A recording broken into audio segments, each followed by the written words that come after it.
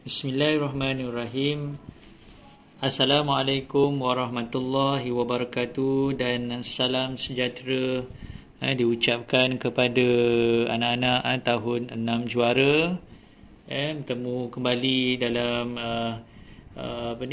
pembelajaran di rumah, bukan di sekolah, di rumah. Jadi untuk pembelajaran minggu ini berbeza pada minggu-minggu yang sebelum ni. Sebelum ni banyak cikgu bagi kuizer. Jadi untuk minggu ini kita akan belajar cara untuk mengarang karangan fakta. Sebagaimana yang murid tahu, karangan fakta adalah karangan tidak berformat. Jadi bagaimana murid hendak membezakan karangan fakta dengan karangan yang jenis yang lain. Karangan fakta selalu dalam soalan dia akan kata kunci dia akan mulakan dengan dia akan tanya kepada murid faedah-faedah, kesan-kesan, akibat, kebaikan. Jadi dalam soalan kalau ditanyakan dalam bentuk kata kunci sebegitu, jadi kehendak soalan dia maksudnya karangan ni perlu kamu tulis adalah karangan fakta. Okey, baik. Terlebih dahulu ingat murid untuk mengarang karangan ni cikgu nak murid mengarang di dalam buku tulis BM2. Keluarkan buku tulis BM2 dan tuliskan hari. Seperti mana yang telah cikgu tuliskan di sini. Okey, hari Isnin, tarikh dia 26 hari bulan 7 2021. Dan selepas itu tulislah kehendak soalan. Cikgu dah tulis kehendak soalan di sini. Okey, apa kehendak soalan murid? Okey, masa lapang seseorang boleh diisi dengan pelbagai aktiviti yang berfaedah. Okey, baik. Satu daripadanya ialah berkebun.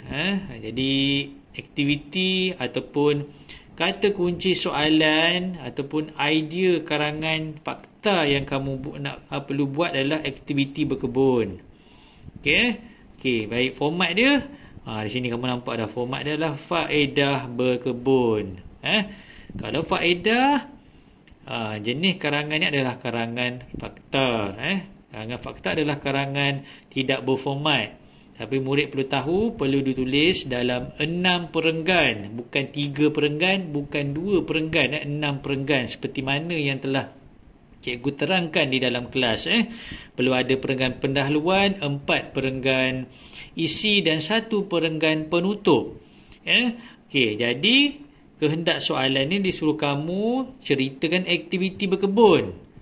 Maksudnya faedah berkebun. Faedah berkebun, kena fikirkan 4 faedah berkebun. Jadi cikgu akan bantu kamu dari segi rangka karangan. Rangka karangan cikgu akan bagi untuk memudahkan kamu mengarang karangan fakta berkaitan dengan aktiviti berkebun. Kalau di sini dibagi info ni adalah pendahuluan. Okay, apa pendahuluannya? Aktiviti masa lapang, mengusahakan kebun sayur-sayuran dan kebun bunga. Jadi berkebun ni bukannya tanam sayur saja murid, boleh tanam bunga. Tu bagi pendahuluan. Gunakan rangkai kata yang diberikan ni untuk buat pendahuluan. Okey, isi yang pertama mendatangkan banyak faedah. Maksudnya aktiviti berkebun ni banyak faedah. Yang pertama adalah menyihatkan badan. Ni idea yang pertama, menyihatkan badan. Bila badan sihat, selalunya badan yang sihat akan kita akan keluarkan peluh. Peluh, dan bila keluar peluh menjamin kesihatan. Kena terangkan sikit lagi murid. Tu idea yang pertama. Okey, yang kedua, kebaikan yang kedua, terhindar daripada gejala sosial. Murid tahu ke gejala sosial? Maksudnya budaya ataupun perilaku yang tidak sihat. Contohnya macam melepak, merosakkan harta benda awam, okey, apa lagi,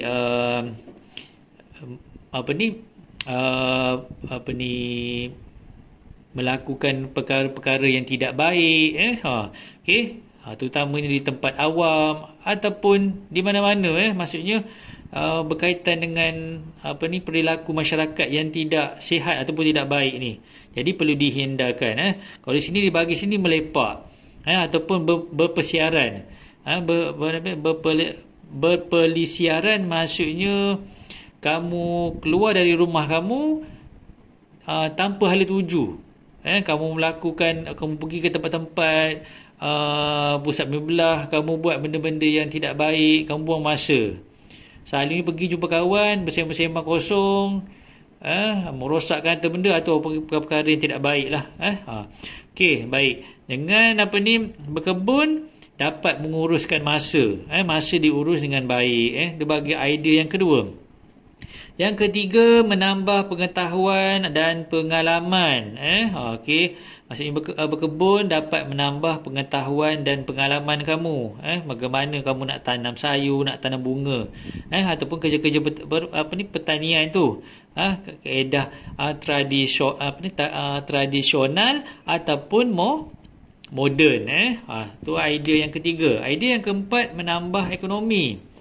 Berkebun, kamu tanam sayur, kamu tanam bunga, kamu boleh jual sayur dengan bunga tu, dapat bantu keluarga kamu. Okey, jadi hasil tu dapat dijual di pasar, dapat menampung perbelanjaan seharian, maksudnya perbelanjaan keluarga kamu. Okey, itu idea yang keempat. Yang terakhir iaitu penutup, mendatangkan banyak faedah. Maksudnya berkebun ni banyak faedah, tak ada faedah negatif, semua faedah positif. Tapi nak mulakan macam mana? Tu orang panggil kena belajar, cari ilmu tu. Okey, mengisi masa lapang dan menyihatkan menyihatkan jasmani dan rohani. Jadi kalau murid lihat di sini ada 6 perenggan. Perenggan pertama, kedua, ketiga, 4, 5 dan 6. Jadi cikgu nak murid gunakan rangkai kata ni, hasilkan 6 perenggan. Perenggan pendahuluan, 4 perenggan isi dan penutup. Baik, cikgu akan tunjukkan bagaimana kamu hendak mengarang karangan fakta. Kita mulakan dengan perenggan pendahuluan. Jadi murid kena gunakan rangkai kata yang diberikan tadi. Okay, di sini ada contoh. Kita akan tunjukkan contoh bagaimana kamu hendak buat pendahuluan. Ingat, pendahuluan yang baik sekurang-kurangnya 3 ataupun 4 baris. Kalau macam ni, dia lebih baik lagi lah. Okey, janganlah buat sampai 7-8 baris. Kalau macam ni 1, 2, 3, 4, 5. Okey, 5 baris okey dah. Selalunya 3 baris pun dah cukup dah. 1, 2, 3, 4. Maksudnya 4 baris perenggan pendahuluan. Okey, ingat perenggan pendahuluan perlu ditulis semua rapat ke tepi. Perlu ditulis semua rapat ke tepi. Okey, cikgu padang sikit tepi ni. Okey, rapat ke tepi, tengok ni semua. Setiap baris semua rapat ke tepi. Ingat, ni perenggan pendahuluan. Bagaimana hendak menulis perenggan pendahuluan murid? Okey, murid-murid perlu memikirkan apa perkataan yang sesuai untuk memulakan ayat. Macam cikgu mulakan dengan pelbagai. Pelbagai aktiviti boleh dilakukan pada masa lapang. Okey, noktah di sini. Okey, mulakan ayat yang baru. Satu daripada aktiviti ialah berkebun. Noktah. Berkebun boleh dibahagikan kepada beberapa kategori. Noktah di sini. Dan antaranya yang paling popular ialah menanam sayur-sayuran. Okey, atau menanam bunga. Ni perenggan pendahuluan. Murid-murid boleh buat. Boleh rujuk balik rangkai kata yang cikgu akan bagi dalam WhatsApp. Okey, murid gunakan rangkai kata yang cikgu bagi tu. Ni untuk pendahuluan, contoh pendahuluan. Kalau murid nak salin balik, terpulang, tak menjadi masalah. Okey, baik. Bila dah siap pendahuluan, terus kepada perenggan isi pertama. Barulah kamu tulis ke dalam. Tulis ke dalam maksudnya tulis ke tengah. Jangan rapat ke tepi. Yang baris pertama saja tulis ke dalam. Yang lain semua rapat ke tepi. Okey, berkebun boleh mendatangkan banyak faedah kepada kita. Okey, baik, noktah sini. Okey, antaranya ialah dapat menyihatkan badan. Okey, noktah. Okey, baik. Kaedah untuk menyambung ayat yang baru, murid boleh lihat ayat yang sebelum tu. Sambung balik. Maksudnya ambil balik ayat sebelum ni dan sambung dengan ayat yang baru. Macam ni pun boleh. Apabila badan sihat, otak akan cergas dan terhindar daripada penyakit. Noktah sini. Okey, semasa menjalankan aktiviti berkebun, badan kita akan berpeluh dengan mengeluarkan toksin. Kalau kamu melakukan aktiviti bermain bola, apa kan, kamu berkebun pun kamu akan keluarkan peluh. Dalam peluh tu ada toksin, maksudnya bahan yang tak diperlukan oleh dalam badan tu keluarkan, yang tidak diperlukan oleh badan. Okey, ni untuk perenggan isi yang pertama. Okey, jadi kalau tengok ni perenggan yang kedua lah, tapi ni isi yang pertama. Okey, baik. Untuk perenggan isi yang kedua, kamu kena rujuk kepada rangkai kata yang telah cikgu berikan. Nanti aku bagi, kamu kena buat sekurang-kurangnya 4 baris. Tapi saya nak kamu buat 5 baris. Cuba buat macam di atas ni. Yang cikgu buat ni. Okey, jangan pendek-pendek.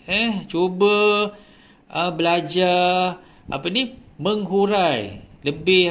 Lebih jelas lagi isi utama tu. Isi utama selalunya di baris yang pertama, kedua. Kalau di sini menyihatkan badan, terangkan macam mana nak bagi sihat badan tu. Dengan berkebun. Kalau berkebun dapat keluarkan peluh, betul tak? Dapat keluar peluh. Dalam peluh tu ada apa? Maksudnya kamu huraikan. Kalau di sini kamu kena rujuk balik yang cikgu berikan. Kalau di sini terhindar dari gejala sosial, kena huraikan di sini. Jadi berapa baris? 5 baris cikgu. Maksudnya perenggan yang kedua. Cikgu tak bagi, kamu kena buat. Kena siapkan yang perenggan ni. Terusnya perenggan yang ketiga.